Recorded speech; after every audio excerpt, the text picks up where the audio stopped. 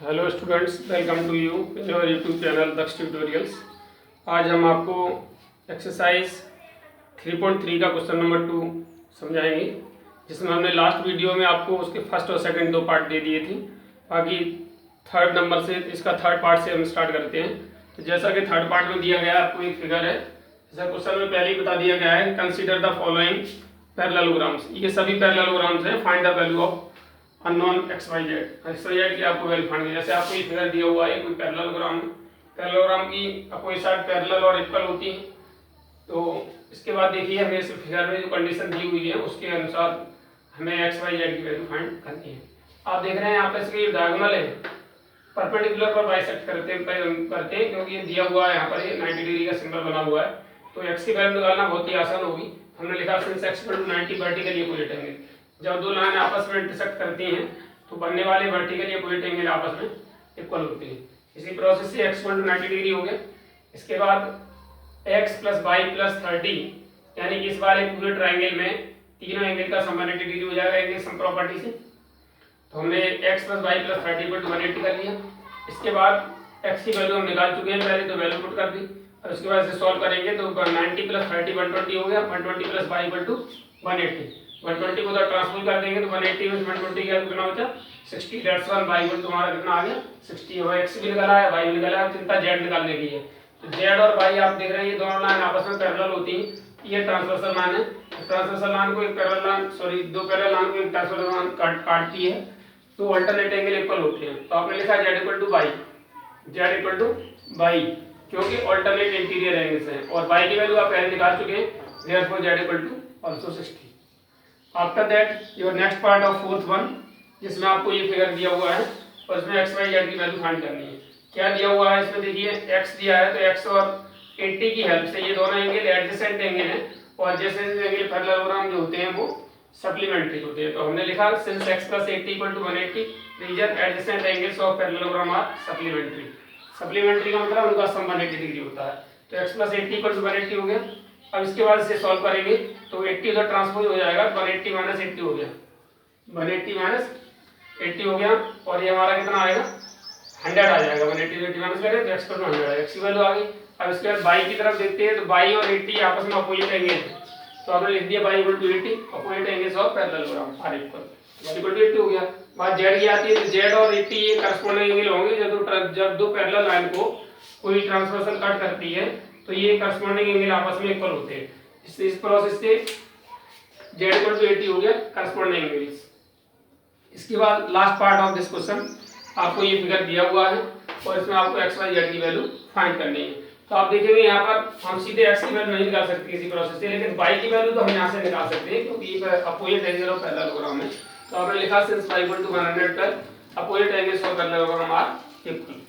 इसके बाद एंड अब इसमें एंगल सम प्रॉपर्टी लगा देंगे, x plus y plus 40 equal to 180 degree. y angle sum property से ट्रायंगल के तीनों एंगल का सम कितना होता है 180 डिग्री होता है। तो y की वैल्यू यहाँ पुट कर देंगे तो 112 हो जाएगा यहाँ पर। x plus 112 plus 40 equal to 180 degree. अब इसे सॉल्व करेंगे 112 और 40 152 हो गया। 152 ये उधर ट्रांसपोज होगा तो माइनस हो जाएगा। 180 माइनस 52 का मतलब होता है x इक्वल टू 28, यानी x की वैल्यू आ गई, y की वैल्यू आ गई। अब z के बारे में सोचते हैं, तो z और x ये दोनों अल्टरनेट एंगल है, जैसा अभी हमने आपको समझाया था। अगर कोई दो पैरेलल लाइन को अगर ये ट्रांसवर्सल कट करती है तो यहाँ बनने वाले जो एंगल है ये आपस में इक्वल हो जाते हैं अल्टरनेट एंगल से। तो आपने देखा है z equal to x alternate angle से। तो z x की वैल्यू निकाल चुके 28 डिग्री है, तो that's one z also 28 degree.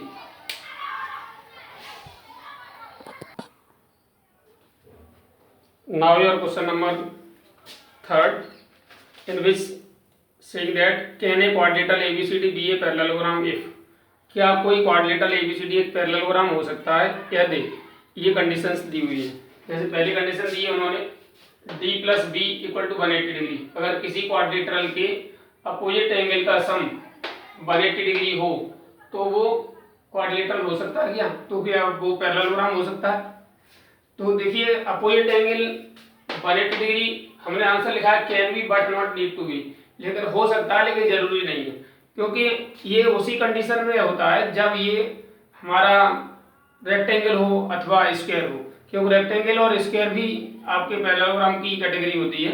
तो ये तभी पॉसिबल है जब ये कैसा हो, रेक्टेंगल हो अथवा स्क्वायर हो। इसलिए हमेशा ऐसा नहीं होगा किसी भी क्वाड्रिलेटरल में अगर अपोजिट एंगल का सम 180 डिग्री हो जाए तो वो हमारा पैरेललोग्राम हो जाएगा। इसलिए हमने लिखा हो सकता है और नहीं है। नेक्स्ट कंडीशन थर्ड सेकंड में दिया है AB equal to DC equal to 8। इसमें कुछ मेजरमेंट दी हुई है। AB और DC दोनों 8 के दिए, 8 सेंटीमीटर 8 सेंटीमीटर, और AD आपको 4 दिया हुआ है और BC आपको 4.4 दिया हुआ है। जैसा आप जानते हैं, चलो ये तो अपोजिट साइड इक्वल है, लेकिन ये अपोजिट साइड इक्वल नहीं है, तो आपने लिखा no because opposite sides of parallelogram equal, because AD और BC आपस में इक्वल नहीं है। ये दोनों 4.4 की, एक 4 की है दूसरी 4.4 की है, इसलिए ये पैरेललोग्राम नहीं हो सकता। नेक्स्ट आपको दिया है एंगल A इक्वल टू 70 और C इक्वल टू 65। अगर मान लीजिए ये वाला एंगल 70 है और ये आपका 65 है, ऐसा संभव ही नहीं है किसी पैरेललोग्राम में, क्योंकि अपोजिट एंगल इक्वल होती है। तो आपने लिखा no because opposite angles of parallelogram are equal but angle A is not equal to angle C, लेकिन A C के इक्वल नहीं है, इसलिए ये हमारा पैरेललोग्राम नहीं हो सकता। क्वेश्चन नंबर 4 में ये कह रहे हैं draw a rough sketch, rough figure of a quadrilateral that is not a parallelogram but has exactly two opposite angles of equal measure। लेकिन ऐसा कोई रफ स्केच एक क्वाड्रिलेटरल का खींचना है जो एक पैरेललोग्राम ना हो, लेकिन उसके अपोजिट एंगल का एक पेयर एग्जैक्टली इक्वल हो, इक्वल मेजर के हो। तो ऐसी सिचुएशन में आपको कुछ भी सोचने की जरूरत नहीं है। एक काइट ऐसा फिगर होता है, ऐसा क्वाड्रिलेटरल होता है जिसके अपोजिट एंगल का एक पेयर इक्वल होता है और वो पैरेललोग्राम भी नहीं होता। तो ये काइट आप फिगर बना दीजिए, कुछ भी नहीं तो आप वैसे तो बहुत सारे क्वाड्रिलेटरल बना सकते हैं इस कंडीशन में, लेकिन हम सिंपली एक समझिए आपको काइट आप बना सकते हैं और काइट में अपोजिट एंगल का एक पेयर इक्वल होता है और वो पैरेललोग्राम नहीं होता। नेक्स्ट क्वेश्चन नंबर 5 में the measure of two adjacent angle of parallelogram are in the ratio 3:2। किसी पैरेललोग्राम के अपोजिट जो एडजेसेंट एंगल हैं उनका जो रेशियो है वो 3:2 है। Find the measure of each of the angles of parallelogram. जैसा हमने फिगर में ये आपको बनाया है, कोई पैरेललोग्राम है जिसके ratio of the two adjacent angle 3:2 है। कोई दो एडजेसेंट एंगल का जो रेशियो है वो 3:2 है। तो हम मान लेते हैं let two adjacent angle equal to, एक हो गया 3x और दूसरा हो गया 2x, जो रेशियो दिया होता है उसी रेशियो कर लेते हैं। तो इसके बाद आप देखते हैं एडजेसेंट एंगल का जो होते हैं वो कैसे होते हैं, सप्लीमेंट्री होते हैं, इसलिए इनका सम कितना होगा 180 डिग्री, यानी 3x + 2x = 180 degree. Adjacent angle of parallelogram are equal. तो अब ये हम 3x और 2x प्लस करेंगे 5x हो गया, 5x = 180 तो x = 180/5, दैट्स 1x = कितना आ गया 36 आ जाएगा। अब 5 से कट कर देंगे तो 36 आ जाएगा। अब 36 x की वैल्यू 36 आ गई, हमें x की वैल्यू नहीं निकालनी है, हमें तो उसे adjacent each of the angle find करने हैं। तो जो एडजेसेंट एंगल थे वो 3x और 2x थे, तो पहले 3x की वैल्यू निकाली हमने 108, 3x = 3 × 36 = 108 डिग्री और 2x = 2 × 36 = 72 डिग्री। ये दो एंगल आपके आगे, मान लीजिए ये 108 है तो ये आपका 72 डिग्री है, जो कि अपोजिट एंगल भी इक्वल होते हैं। तो ये 108 है तो ये भी 108 होगा और ये 72 है तो ये भी 72 होगा। इस तरीके से hence each of the angles of parallelogram, पहला एक 108, फिर 72 डिग्री, फिर 108 और फिर 72 डिग्री। इस तरीके से क्वेश्चन नंबर 5 हो गया। आज की it is enough for today, और आगे के क्वेश्चन अगले वीडियो में आपको देंगे। उम्मीद है आपको वीडियो पसंद आया होगा, और जिन बच्चों ने अभी तक चैनल सब्सक्राइब नहीं किया है वो सब्सक्राइब कर लें, वीडियो को लाइक एवं शेयर करें। And last I want to say that पढ़ो घर से, कहो दिल से, Daksh tutorials a step toward the success with trust. Have a good day.